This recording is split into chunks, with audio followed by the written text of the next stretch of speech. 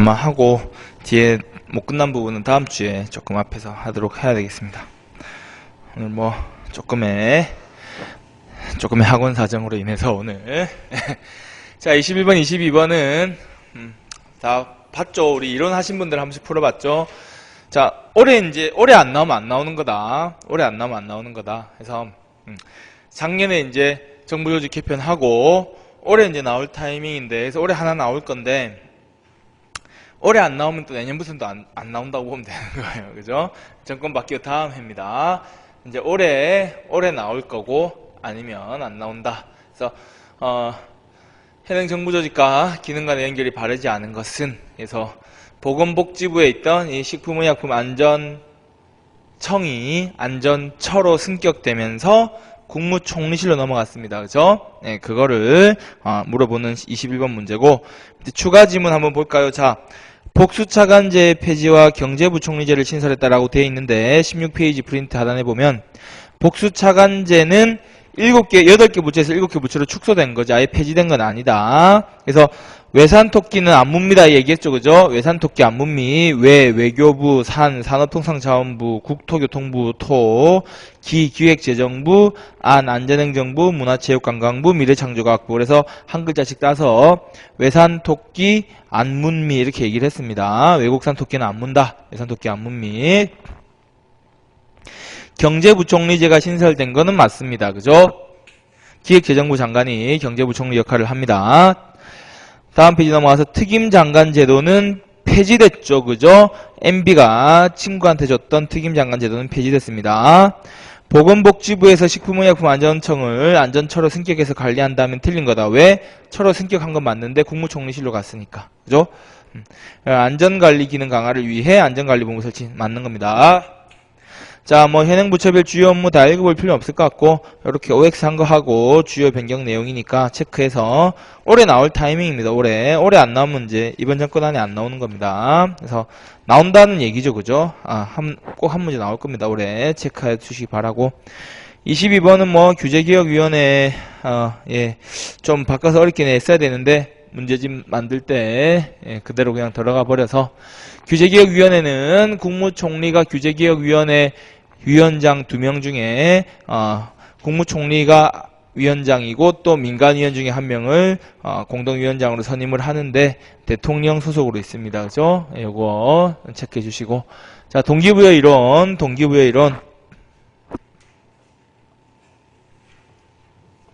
허즈버그는 동기부여 이요인론이죠. 그죠? 동기요인 이요인론. 그래서 동기위생이론에서 직무 환경은 어떻게 봤습니까? 허즈버그의 환경은 동기가 자극되는 요인입니까? 불만 요인입니까? 불만 요인인 거죠. 뭐라 그랬죠? 여러분 강의실에 왔을 때 강의실이 지저분하면 짜증나는 요인이지 강의실이 깨끗하다고 해서 공부할 동기가 막 샘솟는 건 아니라 그랬죠.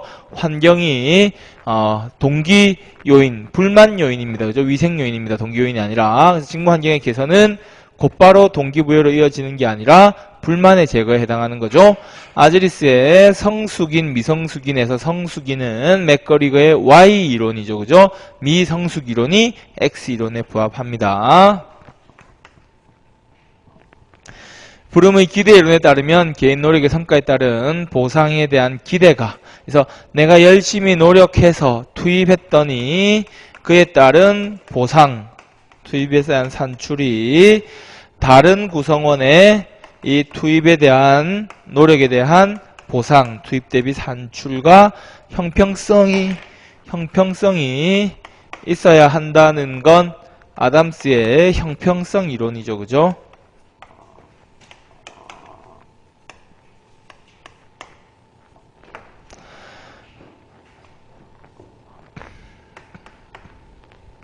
메슬로우 이론에 밥상에 숟가락 하나 더 올려놓은 엘더프의 ERG 이론은 메슬로우의 욕구 5단계 이론을 그대로 가져오면서 욕구가 한 방향으로만 올라간다던 메슬로우의 이론과 달리, 그죠? 메슬로우는 하나의 욕구가 충족되면 다음 욕구가 또 그 다음 욕구가 이렇게 올라간다는 메슬로우와 달리 양방향으로 움직일 수 있는 욕구의 퇴행성을 이야기했다. 그리고 한 번에 한 가지 욕구가 동기부여의 요인으로 작용하는 게 아니라 복수 요인에 의한 동기부여를 인정했다는 측면에서 차이가 있습니다. 오우치의 Z 이론은 일본식 장기 고용을 보장하면서 평가에 있어서는 미국식 개인주의 관점을 취한 거죠. 그죠? 그래서 미국식 조직과 일본식 조직의 장점을 혼합했습니다.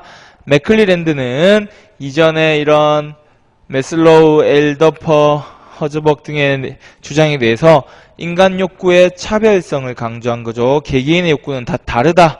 차별성을 강조하면서 인간의 욕구는 학습된다. 그렇게 학습된 인간 욕구 중에서 특히 성취 동기, 성취 욕구를 강조한 겁니다.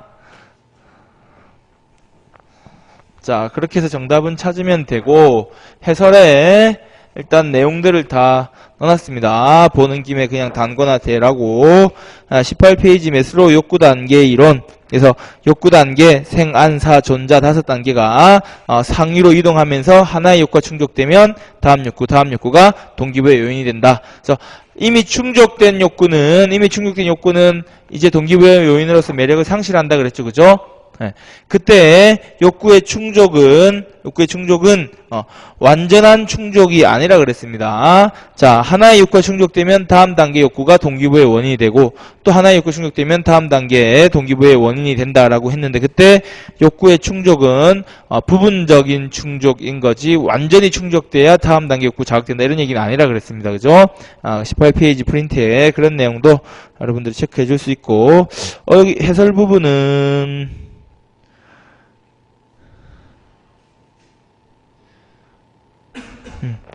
디귿번의 해설이 잘못됐네요. 포트롤러의 업적 만족 이론이 아니라 아담스의 형평성 이론인 겁니다. 디귿 해설지에 포트롤러의 업적 만족 이론에 대한 설명이다라고 되어 있는 부분이 포트롤러의 업적 만족 이론이 아니라 이건 아담스의 형평성 이론에 대한 설명이네요. 자, 해설지 그 부분을 조금 수정해 주시고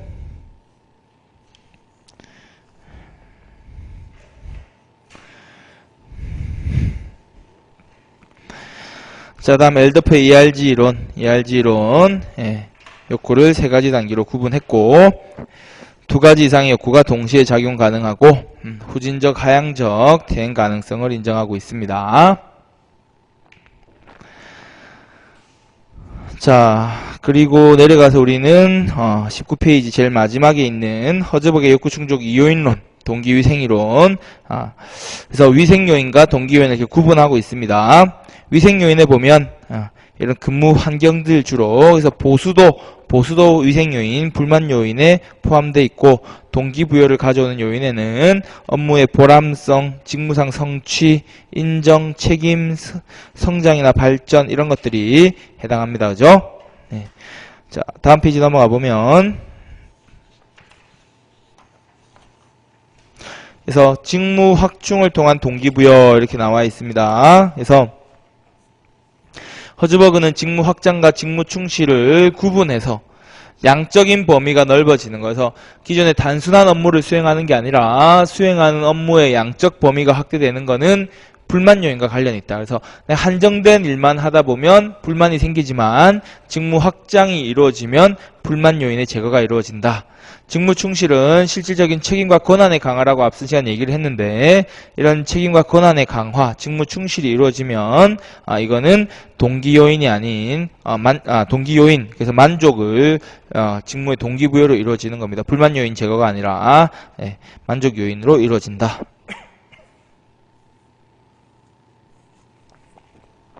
맥거리거의 X이론, Y이론과 아지리스의 성숙이론, 미성숙이론은 연결시켜서 우리가 같이 이해하면 됩니다. 그래서 X이론은 게으르고, 천성이 게으르고 이 통제 중심의 관리가 필요한 인간, 하위 욕구나 금전적 보상이 필요한 인간을 이야기하는 거고 Y이론은 자율적이고 창의적인 인간, 그래서 자아 실현을 위한 제도 개선이나 민주적 리더십이 필요하다 이런 얘기를 했습니다.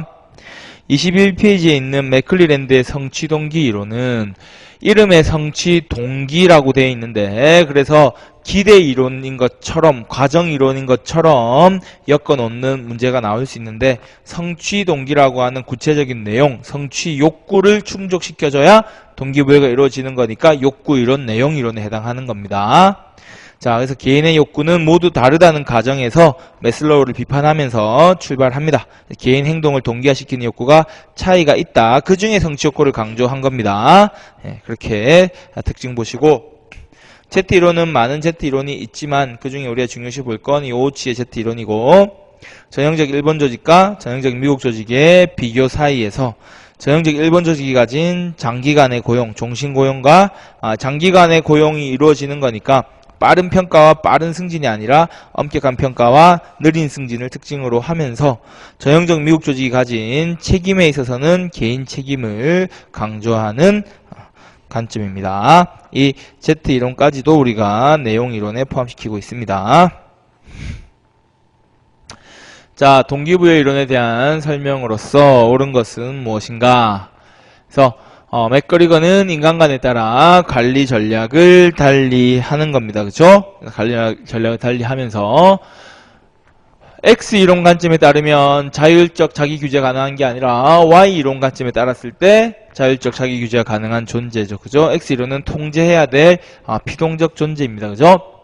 허즈버그의 욕구 충족 이론에 따르면 위생 요인은 주로 직무 자체와 관련되어 있다라고 했는데 직무 자체가 아니라 직무를 둘러싼 환경과 관련이 있는 거죠. 그래서 이 환경의 쾌적성 이런 것과 주로 관련이 있습니다. 자, 아지리스는 성숙 미성숙 이론에서 인간은 성숙인으로서 욕구 충족을 희망합니다. 그래서 인간은 성숙인으로 대우받기를 원하는데 조직은 X 이론 관점에서 통제 위주로 관리가 이루어지다 보니까 거기서 충돌이 발생한다라는 이야기를 하고 있습니다. 그래서 한번 내용은 맞는 게 되고, 기대 이론, 형평성 이론, 목표 설정 이론까지는 과정 이론이지만 맥클리랜드의 성취 동기 이론은 이름에 동기가 들어간다고 해서 헷갈리지 마라. 성취 동기 이론은 다른 표현으로 성취 욕구 이론이라고도 우리가 부르고 내용 이론, 욕구 이론에 해당하는 거죠. 그죠? 네. 자, 프린트로 넘어가서 22페이지 프린트 한번 봅시다. 추가 지문 나와있죠. 그죠? 추가 지문에 에드가 샤인의 복잡한 인간관, 수업 시간에 잘 안 들었었는데, 복잡한 인간관은 연구 자료가 중요사건 기록법을 근거로 수집됐다는 한계를 갖는다. 이런 기출 문제가 있는데, 중요사건 기록법으로 작성한 동기부여 이론은 딱 하나 있습니다. 피츠버그 지역의 이 기술자와 회계사를 중심으로 해서 동기 요인과 위생 요인을 물어봤던 뭐죠? 허즈버그의 욕구 2요인론. 그죠? 허즈버그의 동기 위생 이론 혹은 허즈버그의 욕구 2요인론이 이 중요사건 기록법을 근거로 수집되었다는 한계를 갖는 거고, 샤인의 복잡한 인간관과는 상관이 없습니다. 자, 샤인의 복잡한 인간관은 이런 전통적 인간관, 합리 경제적 인간관, 이래서 과학적 관리론에서 합리 경제적 인간관 이런 내용 나오고, 우리 인간관계론에서 사회 심리적 인간관 이런 이야기 나올 때 샤인은 그렇게 인간을 단순화하지 마. 샤인의 복잡한 인간관은 인간을 그렇게 단순화시킬 게 아니라 인간의 성격의 다양성을 인정하는 겁니다. 그래서 인간을 단순하게 합리경제적 사회심리적 이렇게 얘기할 수 없다. 인간 성격의 다양성을 인정하면서 다양성에서 복잡한 인간관, 다양성, 복잡성을 인정하면서 그래서 어떻게 해야 된다? 상황 적응적 관리가 필요하다. 모든 사람에게 획일적인 관리가 이루어질 수가 없다는 겁니다. 누군가는 사회심리적 존재일 거고 누군가는 합리경제적 인간일 텐데 똑같이 금전적 동기부여 혹은 똑같이 심리적 욕구 충족 어느 한 방향은 맞지 않다. 그래서 상황 적응적 관리, 그러니까 복잡한 인간이니 상황 적응적 관리. 그럼 상황 적응적 관리를 하려면 어떻게 해야 되겠습니까? 그 사람이 어떤 성향인지 알아야 되겠죠. 그죠? 조직의 관리자는 단순한 관리자에 그치는 게 아니라 플러스 상담자의 역할을 한다. 왜? 구성원 개개인과 면담을 해서 얘는 이런 스타일이니까 합리경제적 인간관점에서 금전적 보상으로 관리를 하자. 얘는 돈보다 심리적 소속감, 안정감 이런 걸 중시하니 사회심리적 존재로서 대우하자라는 것들을 파악하려면 먼저 알아야 되겠죠. 그래서 관리자는 관리자인 동시에 상담자 역할을 한다. 이 정도만 알면 됩니다. 그래서 복잡한 인간과는 인간 성격이 다양하고 복잡하다. 한 가지 방식으로 관리가 어렵다. 그러니 상황 적응적 관리가 필요하다. 상황 적응적 관리를 하려면 이 조직 구성원의 애들이 성향이 어떤지 먼저 알아야 되겠죠. 그러니까 관리자는 이런 상담, 1대1 상담을 통해서 이 구성원의 성격을 파악해야 된다. 이게 거기 이제 추가 문제에 나와 있는 샤인의 복잡한 인간관에 대한 이야기입니다. 이 정도만 기억하시면 될 것 같고, 강화 이론에 따르면 행태는 결과의 함수다라는 표현이 있습니다. 강화 이론은 사실 뭐 중요하게 보지 않았는데 평소 수업할 때는, 자, 강화 이론은 우리 고전적 조건화 혹은 현대적 강화 이론, 스키너의 강화 이론 보면 이런 거죠.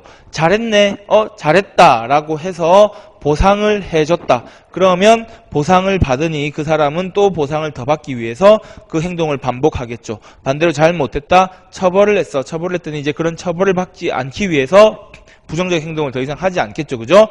이런 게 강화인 거야. 잘했다고 내가 상을 주니까 좋아서 더 열심히 더 행동을 반복해. 계속 같은 행동을 하겠지? 잘못했다고 내가 처벌을 했다. 처벌했더니 부하 직원이 처벌에 대한 통제를 피하기 위해서 이제 부정적 행동을 하지 않는다. 이런 게 강화 이론인데 뭐죠? 내가 일정한 행동을 했을 때 그 행태는 그 행동으로부터 받게 되는 결과물, 그 결과의 함수다. 그 얘기를 하는 겁니다. 납득이 되죠? 강화 이론 좀 이따 한 번 더 볼 겁니다. 자, 그래서 강화 이론에 따르면 행태는 결과의 함수다라는 표현이 맞는 거죠. 일정한 행동을 했더니 보상을 해주더라. 그러니 더 계속 해야 되겠다. 일정한 행동을 했더니 처벌받더라. 이제 그런 행동을 하면 안 되겠다라는 결과값을 가져올 겁니다. 그래서 행태는 그 결과들의 함수이다라는 표현은 이런 강화 이론의 이야기입니다. 자, 밑에 내용 좀 보겠습니다. 개념들. 형평성 이론, 아담스의 형평성 이론은 자신의 처우에 따른 보상과 다른 이의 처우에 대한 보상을 서로 비교해서 공정성을 얻기 위한 방향으로 동기가 유발된다는 관점입니다. 그래서 동기부여는 과소보상뿐 아니라 과대보상 시에도 불공평을 해소하기 위한 동기가 나타날 수 있다. 이 얘기를 하고 있습니다.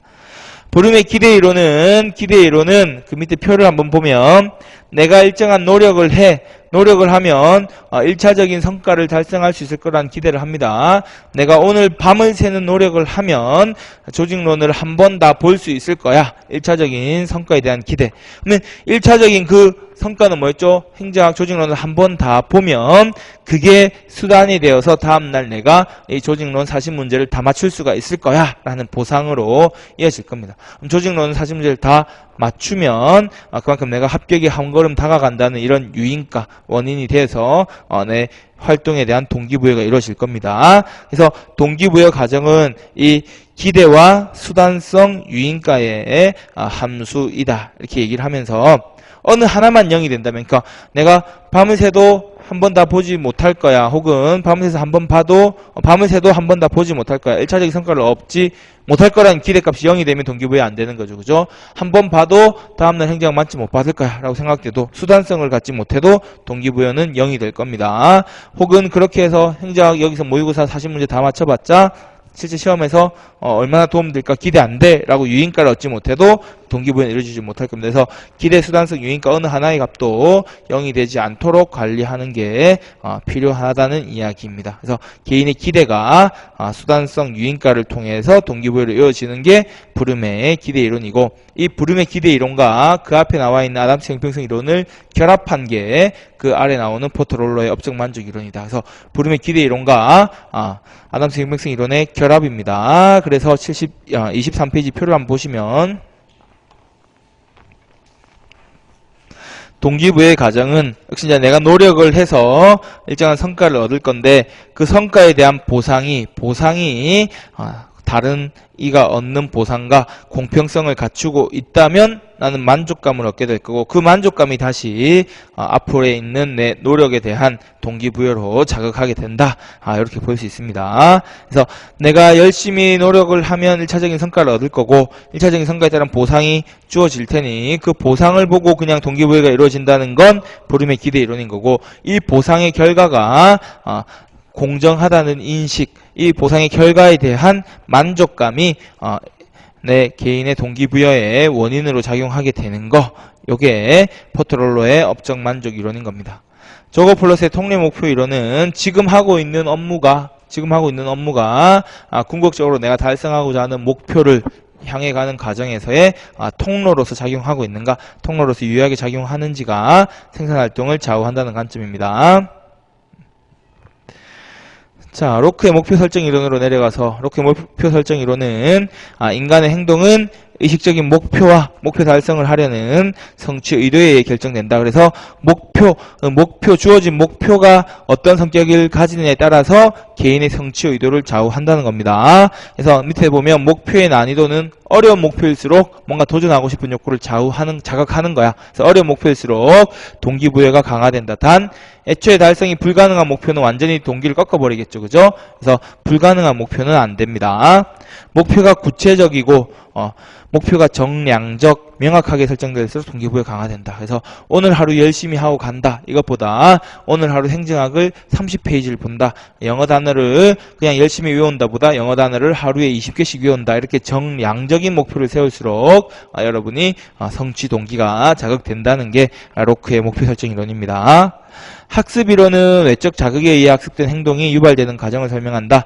파블로프의 종소리는 땡땡땡 하고 고기 주고 땡땡땡 하고 고기 주다 보면 땡땡땡 종만 울려도 고기 주는 줄 알고 침 흘리는 게 이 고전적 촉건화인데 현대적 촉건화는 거기 강화 이론이라고 나와 있는 스키너의 적극적 강화 실험입니다. 내용은 다음 페이지 보시면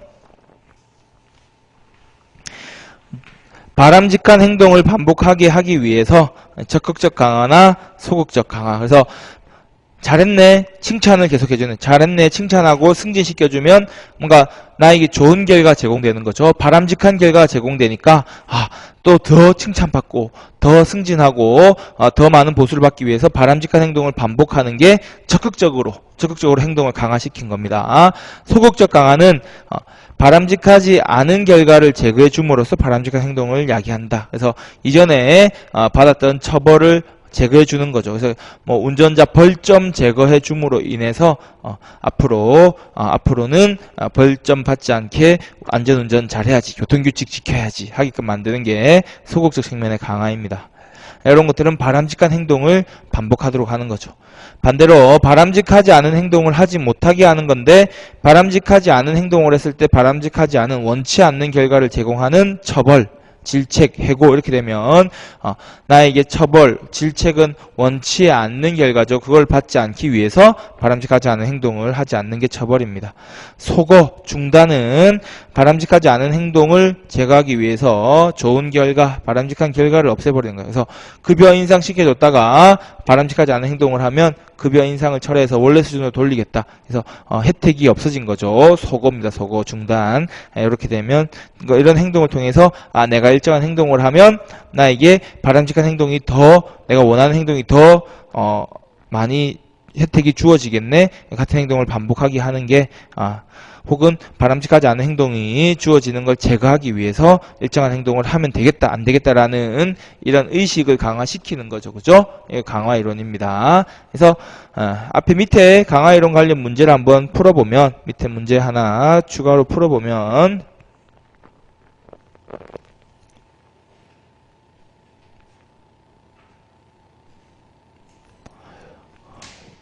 인간 행동의 경험적 분석을 강조한다. 행동의 경험을 통해서 조작적 조건화를 통해서 인간 행동의 변화를 유도한다. 그래서 구성원을 움직이기 위한 긍정적 강화의 중요성 강조. 그래서 인간에게 바람직한 행동을 하게 하게끔 혹은 바람직하지 않은 행동을 하지 못하게끔 하기 위해서 어떤 식으로 대우해줬더니 그런 행동을 또 하더라, 하지 않더라라는 걸 확인해서 반복시키는 겁니다. 요게 강화 이론인데, 여기 보면 선행자극, 인스턴츠라고 영어로 돼 있죠. 자극에 따른 행태적 반응, behavior, 행태적 반응에 따른 consequence, 결과. 그래서 이 어떤 자극을 했더니 일정한 행동을 반복하더라, 그에 따른 결과로서 연쇄적인 관계를 설명한다라고 해서 우리가 동기부여의 ABC 이론 이렇게 부르는 것도 있습니다. ABC 글자를 따서 여기 보면 선행자극, 행태, 결과 다 A, B, C로 시작하죠. 그래서 동기부여의 ABC 이론이라는, 요즘 잘 이런 표현 안 쓰는데 혹시나 이제 동기부여에 관한 ABC 이론 이렇게 나오면 이 강화 이론이구나 이렇게 생각하고 문제 풀면 됩니다. 5번 조직 구성원의 직무 과정에서 보인 노력의 결과, 내가 직무 과정에서 보인 노력의 결과로서 일정한 성과가 달성되는데 그에게 보상이 이루어진다. 근데 이 보상이 다시 만족스러워서 다시 조직 구성원의 동기유발 과정에 영향을 미치는 건 포트롤러의 업적 만족 이론이었던 거죠. 그죠? 보상이 이루어지고 보상에 대한 만족도가 다시 동기유발 과정으로 앞으로 돌아가서 영향을 미친 겁니다. 내가 일정한 노력, 그래서 보면 키워드가 뭐냐면 첫 줄에 보면 직무 과정에서 내가 일단 노력을 했어. 노력을 해서 1차적인 이 성과가 나왔습니다. 그 성과에 대한 보상이 이루어지고 그 보상에 대해서 만족도, 이 만족도는 다른 조직 구성원과의 형평성 차원에서 만족도가 이루어졌을 때 다시 앞으로 돌아가서 동기부에 영향을 미친다는 건 조금 전 앞 페이지에서 우리 23페이지에서 보고 온 포트롤러의 업적 만족 이론 그림을 보시면 이해가 되실 겁니다. 그래서 1번 내용이 해당하게 될 겁니다. 6번은 개인의 성과는 목표의 특성 및 종류에 의해서 결정된다. 그래서 그 영향의 정도는 여러 가지 상황 요인에 따라 달라지지만 목표와 개인의 동기부여 사이의 관계를 볼 때 목표 난이도가 높을수록 개인의 동기부여는 강화되고 다만 처음부터 실현이 불가능한 목표의 경우에는 동기부여가 이루어지지 않는다. 이런 얘기는 좀 전에 봤던 로크의 목표 설정 이론에 해당하는 거였습니다. 기억이 안 나시는 분은 앞에서 한 번 더 참고하시고요. 자, 내용이론과 가정이론을 구분하는 이런 7번 문제 같은 스타일도 얼마든지 시험에 나올 수 있습니다. 그래서 동기부여 이론은 이렇게 나눌 수 있는데, 자, 매슬로우의 욕구 이요인론은 생안사 존자 5단계의 욕구가 있으니까 그것을 특징 욕구를 쿡 찔러줘야 동기부여가 이루어진다. 달성해줘야 된다. 동기부여 이론. 맥클리랜드의 성취 동기 이론, 이름에 동기 들어가지만 성취 욕구, 성취 동기를 쿡 자극해야 동기부여가 이루어진다. 해크맨 올뎀의 직무 특성 이론도 개인의 성향에 따른 직무 차이를 고려해서 그 개인에게 동기부여가 이루어질 수 있는 그런 직무가 주어질 때 동기부여가 이루어진다는 거다. 역시 내용 이론에 해당합니다. 통로 목표 업적 만족 형평성은 과정 이론, 기대 이론에 해당하게 됩니다. 그래서 양쪽으로 나눠놨으니까 한번 보시고 좀 전에 봤던 이 직무 특성 이론은 자, 기술 다양성, 직무 정체성, 중요성, 환류 자율성 5가지 핵심 직무 특성을 제시합니다. 자, 여기서 4번 지문을 보면 하고 싶은 얘기는 이 직무의 특성. 그래서 하나의 직무는 기술적으로 다양한 기술을 활용하느냐, 전체 업무 과정에서 내가 수행하는 일이 어떤 역할을 하고 있느냐, 직무 정체성. 이번에 있듯이 주어진 직무 내용이 하나의 제품 혹은 서비스를 끝까지 완성시킬 수 있도록 구성되어 있는가. 그래서 직무가 어떤 역할을 하는가에 대한 거고, 직무 중요성은 어떤 영향을 미치는가.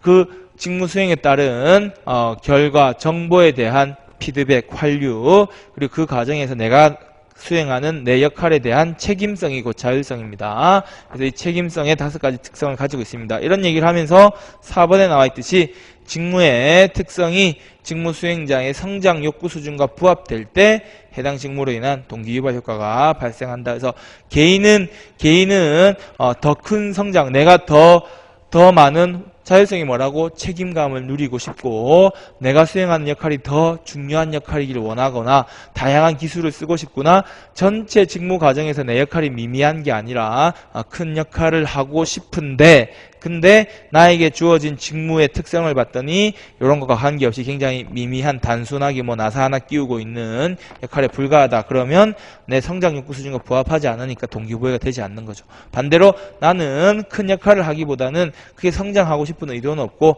그냥 적당히 생활하다가 월급 받다가 회사 생활 좀 하다가 그만두고 가게나 차리고 싶다. 그런 사람한테 뭔가 큰 책임감을 부여하고 뭔가 중요한 역할을 부여하면 그 사람은 피곤하겠죠. 내가 감당하기 힘들다 생각할 겁니다. 또 동기부여가 되지 않을 겁니다. 그래서 개인이 뭔가 이 책임성이 강하고 뭔가 이루고 싶은 사람한테는 고급의 일을 주고 그게 약한 사람한테는 낮은 수준의 일을 줘야 된다. 개인의 차이에 따라서 직무 특성도 달라야 된다라는 게 이 올뎀의 직무 특성 이론인 겁니다. 이해되시죠? 그죠? 네. 회사 다녀보면 있어. 회사 다녀보면 내가 적당히 내가 뭐 적당히 일하다가 눈치껏 때우다가 적당히 뭐 승진 뭐 한 대리 정도 달다가 나가서 뭐 GS25나 차려야지 이런 사람한테 뭔가 책임성 강한 일을 주면서 야근을 시키면 걔는 그런 걸로 짜증내는 거야. 또 반대로 내가 들어와서 정말 이 분야에서 성공하고 싶다고 막 열심히 일하고 싶어서 더 큰 책임성 얻고 싶고 내가 이 주어진 프로젝트에 내 업무가 프로젝트에 많은 영향을 미치고 우리 조직에 많은 영향을 미치고 프로젝트 전체 과정에서 내가 하여튼 상당 부분의 역할을 하고 싶다. 직무 정체성을 갖고 일하고 싶은데 나한테 단순히 심부름만 시키고 그죠? 커피나 타오라고 이런 것만 시키면 회사 생활에 보람을 못 느끼는 거죠. 그 얘기가 이 직무 특성 이론입니다. 자, 3번이 그래서 이 공식에 따르면 직무 특성 이론 공식에 따르면 이 동기부여 지수는 이렇게 나온다. 그죠? 여기서 곱하기가 들어가는 자율성과 활류가 더 중요하죠.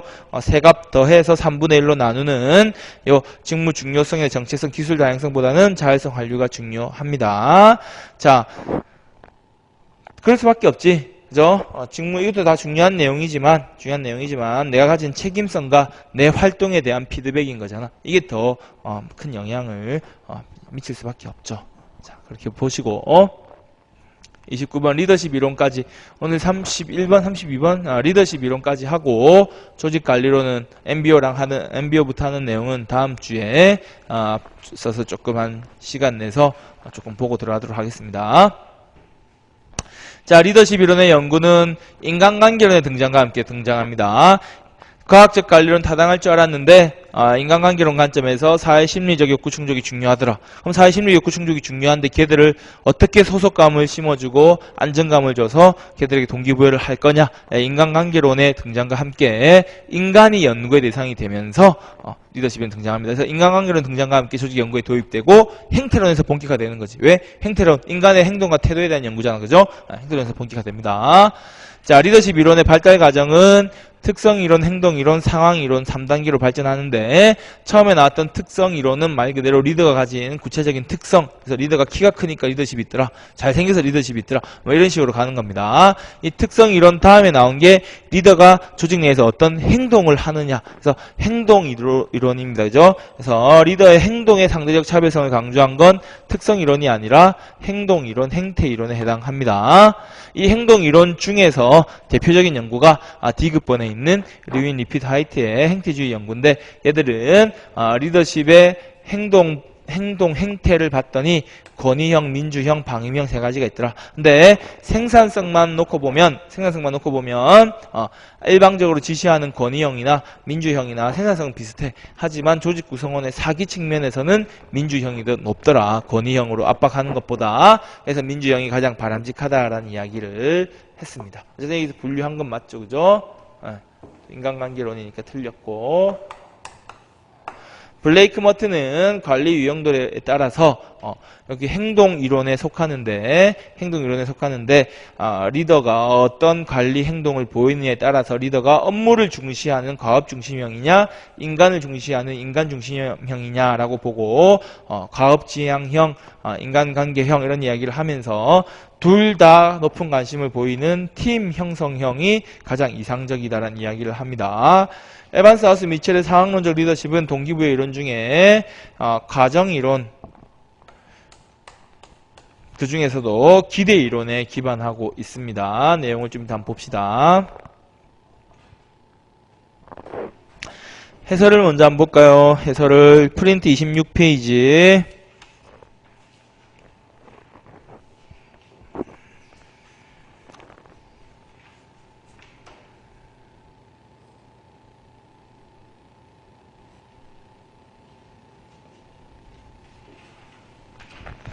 27페이지 보면 행동이론 안에 표가 하나 있습니다. 블레이크 머튼의 관리 유형도. 자, 블레이크 머튼의 관리 유형도 표를 한번 보시면 인간에 대한 관심이냐 생산, 조직 구조에 대한 관심이냐에서 생산에 대해서만 관심이 높고 인간에 대해 관심이 없으면 생산 지향형, 반대로 인간에 대해서만 관심이 있으면 컨트리 클럽 친목회죠. 그죠?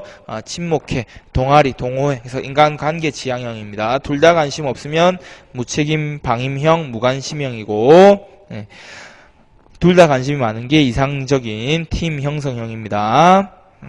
인간에 대해서 조직 생산에 대해서 중간적인 입장이 중도형 타협형에 해당한다. 자, 그렇게 보시고, 자, 30번 피들러가 제시한 상황 결정 이론입니다. 그죠? 그래서 피들러는 일단 어떻게 했습니까?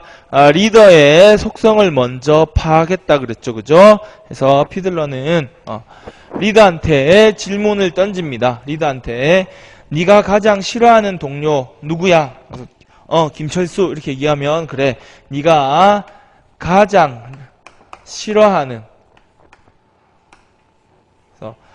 가장 덜 선호하는 least preferred cowork 그래서 LPC죠. 그죠? 머리 끝자를 따서 LPC 값을 도출합니다. 그래서 네가 싫어하는 게 누구라고? 김철수. 그래. 김철수에 대해서 한번 생각해보자. 김철수는 명랑하니 우울하니 해서 1점부터 8점까지 중에서 값을 선택하게 하는 거죠. 그죠? 김철수는 성실하니 불성실하니 1점부터 8점까지 이렇게 해서 점수를 매겼더니 가장 싫어하는 동료인데도 불구하고 합계 점수가 높다는 건 좋은 점수를 줬죠. 그죠? 그 말은 인간적으로 내 동료로서 걔를 싫어하지만 그래도 걔에 대해 좋게 평가하는 인간관계 지향적 성격이 있는 거죠. 반대로 점수가 낮다면 내가 제일 싫어하고 걔를 싫어하는 이유가 사실은 일을 못하는 부분과도 연관이 있겠죠. 그죠? 그래서 인간적으로 그 사람을 싫어하고 냉정하게 평가를 하는 겁니다. 그래서 이런 점수가 낮은 스타일은 과업 중심형 리더십 스타일, 높은 사람은 가장 싫어하는 동료임에도 불구하고 인간적으로는 좋게 평가하고 있다. 인간 관계 지향적 리더십이다. 그래서 가장 좋아하지 않는 동료라는 척도, 즉 LPC 점수 도출을 통해서 리더 스타일이 관계 지향이냐 과업 지향이냐라는 걸 먼저 도출합니다. 그 다음에 리더가 처해 있는 상황에 따라서 리더십의 영향이 달라지는데 이때 리더십에 영향을 미치는 요인으로 이 세 가지를 제시한다. 그래서 리더와 부하와의 관계가 우호적이냐 서로 비우호적이냐, 이 다음에 우호적인 안에서 다시 과업 구조에 따라서 이 안에서 다시 직위에 따르는 권력에 따라서 이렇게 하니까 총 분석이 나오겠죠. 그죠? 그래서 우호적인 경우에 과업 구조에 따라서 과업 구조가 뭐 좀 적을까요? 리더와 부하의 관계가 우호적이냐 비우호적이냐에 따라서 그 다음 변수로 과업 구조를 제시한다면 과업 구조가 명확하냐 불명확하냐에 따라서, 그리고 직위에 따르는 다시 권력이 권력 구조가 직위에 따른 권력이 강한지 약한지에 따라서, 그럼 이게 하나, 둘, 셋, 네 가지가 나왔는데 비우호적인 경우에 다시 또 4개씩 나오겠죠. 그죠? 총 8개 상황 중에서 매우 유리하거나 매우 불리한 경우에는 둘 다 어떻게? 과업 중심적 리더십을 펼치고 중간적인 경우에는 관계 지향적 리더십을 펼친다. 이게 피들러가 제시한 상황 결정 이론입니다. 그죠? 네. 그래서 리더와 부하의 관계, 따르는 권력 과업 구조 3가지 변수에 따라서 8가지 리더십 스타일이 나올 수 있음을 제시합니다. 효과적 리더십 스타일의 차이가 있다. 그때 리더의 부하의 신뢰가 크다. 과업 구조도 명확하고 구체적이다. 이럴 때 안정적이죠. 상황적 유리함이 리더에게 유리함이 크게 나타납니다. 상황이 매우 유리할 때는 또는 매우 불리할 때는 둘 다 매우 불리할 때는 불리하니까 업무 중심으로, 매우 유리할 때는 상황이 유리하니까 역시 업무 중심으로 일을 하면 되겠죠. 상황이 중간 단계일 때는 그 상황을 기왕이면 인간관계 중심적 관리를 통해서 나에게 유리하게 가져갈 수 있겠죠. 그죠? 그렇게 해서 중간 단계일 때는 유리하게 가져가서 업무를 수행하면 되니까 그때 인간관계 중심적 리더십이 필요한 겁니다. 자, 그렇게 여러분이 뭐 암기를 하면 될 것 같고, 자, 허쉬 앤 블렌차드 3차원 모형 마지막으로 보겠습니다. 요거는 이론 수업할 때 조금 책마다 차이가 있어가지고 내가 설명을 좀 잘 못했던 것 같아요. 그래서 뒤에 조금 원서도 하나 찾아보고 했는데 요렇게 봐야 될 것 같습니다. 자,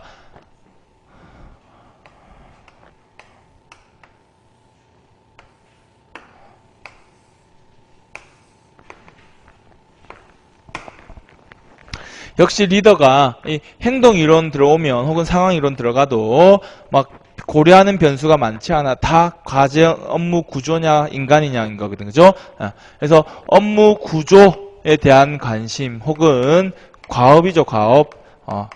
과업 중심이라고 봐야 되겠네요. 자, 과업 업무 중심으로 관심이 높냐 낮냐 혹은 인간관계적 사람에 대한 관심이 높냐 혹은 낮냐에 따라서 네 가지 상황을 고려할 수 있는 겁니다. 자, 그래서 이쪽은 뭐죠?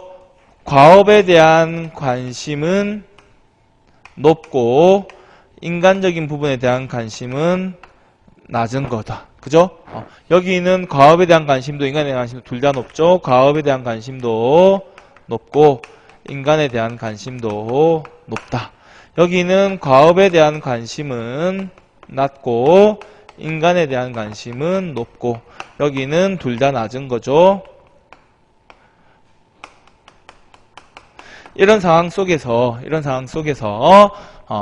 변수는 뭐다? 여기에 핵심 변수는 부하의 성숙도를 가정한 겁니다. 그래서 부하의 성숙도가 이 사람은 허쉬 앤 블렌차드는 부하의 성숙도가 매우 낮음, 높음, 매우 높음의 단계로 옮겨가는데 이거를 사람의 성장에 비유한 거야.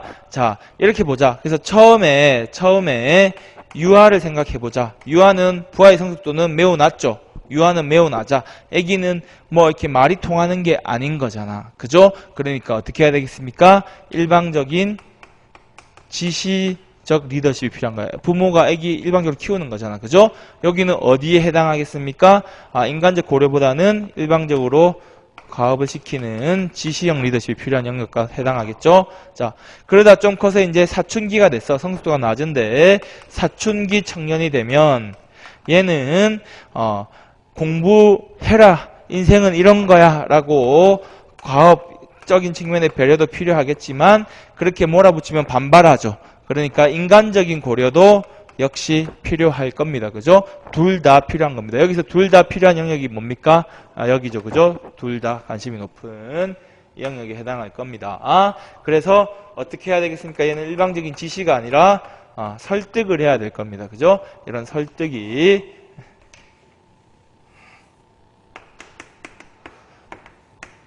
필요할 겁니다. 자, 그러다 이제 대학생이 됐어. 대학생이 되면 나보다 더 잘할 거 아니야. 그죠? 얘가 뭐 공대 갔다. 나는 공대 아무것도 모르는데. 그죠? 얘가 지식에 대해서는 자기가 더 많이 알고 있는 거야. 그래서 과업에 의한 통제보다는 과업에 의한 통제는 얘가 더 잘 아니까 힘들죠. 대신에 뭔가 동기부여. 그래서 대학 갔는데 맨날 PC방 가고 친구들이랑 술 먹고 다니고. 그죠? 거기에 대해서 내가 일로 갈굴 수는 없는 거지. 과업으로 갈굴 수는 없는 거지. 근데 애가 이제 인간적인 부분에서 자꾸 그렇게 살면 안 되지 않느냐. 그죠? 구 공무원이라도 준비해라 이놈아. 이렇게 들어가겠죠. 인간적인 부분에 대한 고려가 높을 겁니다.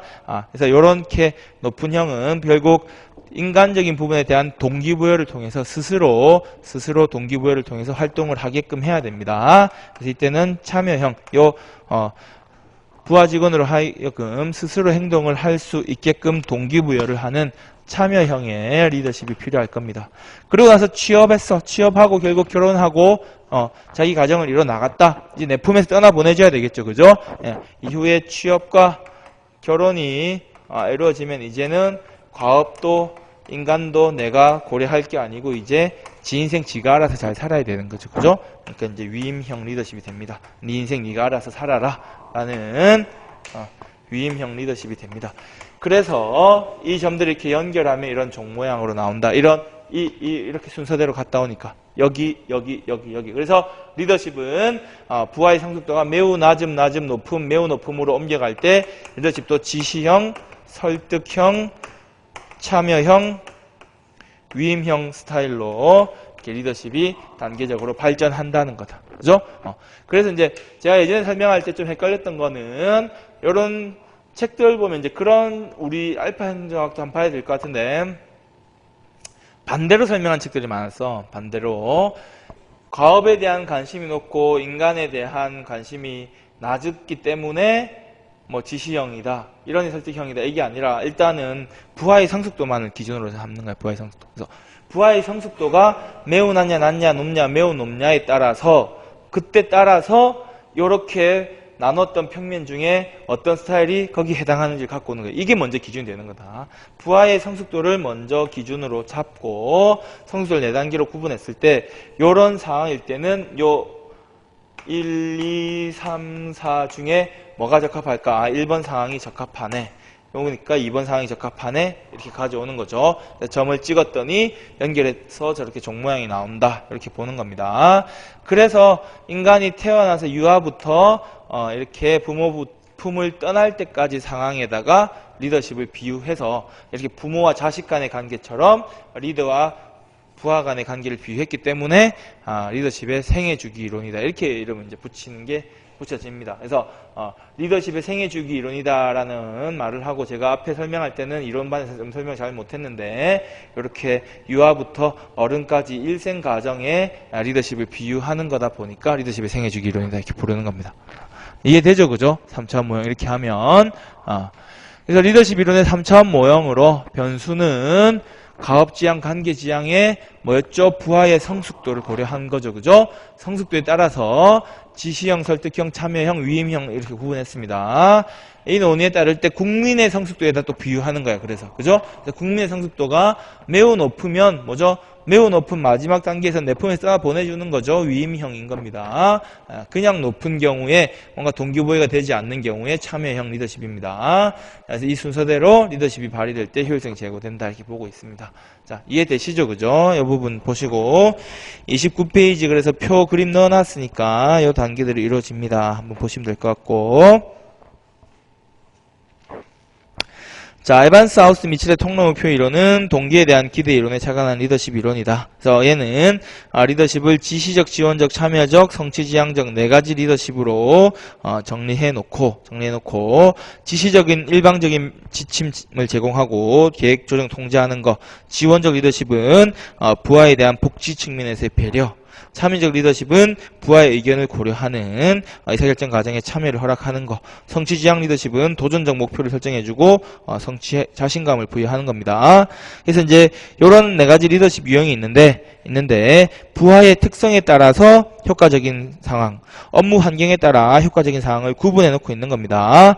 그래서 먼저 부하의 특성과 효과적 리더십으로 가면 능력이 부족하다. 스스로 능력이 부족하면 그냥 나한테 내가 뭐 해야 될지 정해 주십시오. 이거죠. 그죠? 지시적 리더십이 선호되고 문제 상황에 대한 통제력과 관련해서 통제력이 조직 외부에 있다. 그럼 지시적 리더십. 스스로 통제력을 가지고 있다. 그러면 참여적 리더십. 스스로 참여를 통한 의사결정을 해보고 싶은 겁니다. 그죠? 욕구에 따른 리더십은 생한사 전자 보면 생리적 안전적 욕구가 강하다. 이런 하급 욕구 강한 건 생존의 문제죠. 스스로의 능력을 높이 보지 않습니다. 지시적 리더십이 필요로 하고 성취 욕구 강할 때는 참여나 성취적 리더십을 선호한다. 이렇게 볼 수 있을 겁니다. 업무 구조화에 따라서 일상적이고 단순 구조화된 업무일 때는 오히려 노력을 해보려고 하는 거죠. 그래서 업무가 일상적이고 단순 구조화되어 있는 경우엔 내가 혼자서도 충분히 할 수 있으니 막 지시 통제 받는 것보다는 스스로 해볼게요. 내비더 지원적이나 참여적 리더십 선호합니다. 다만 비일상적 복잡 비구조화된 경우에는 내가 뭘 어떻게 일을 해야 될지 모르겠잖아. 차라리 지침을 내려주세요. 지시적 리더십을 선호한다는 겁니다.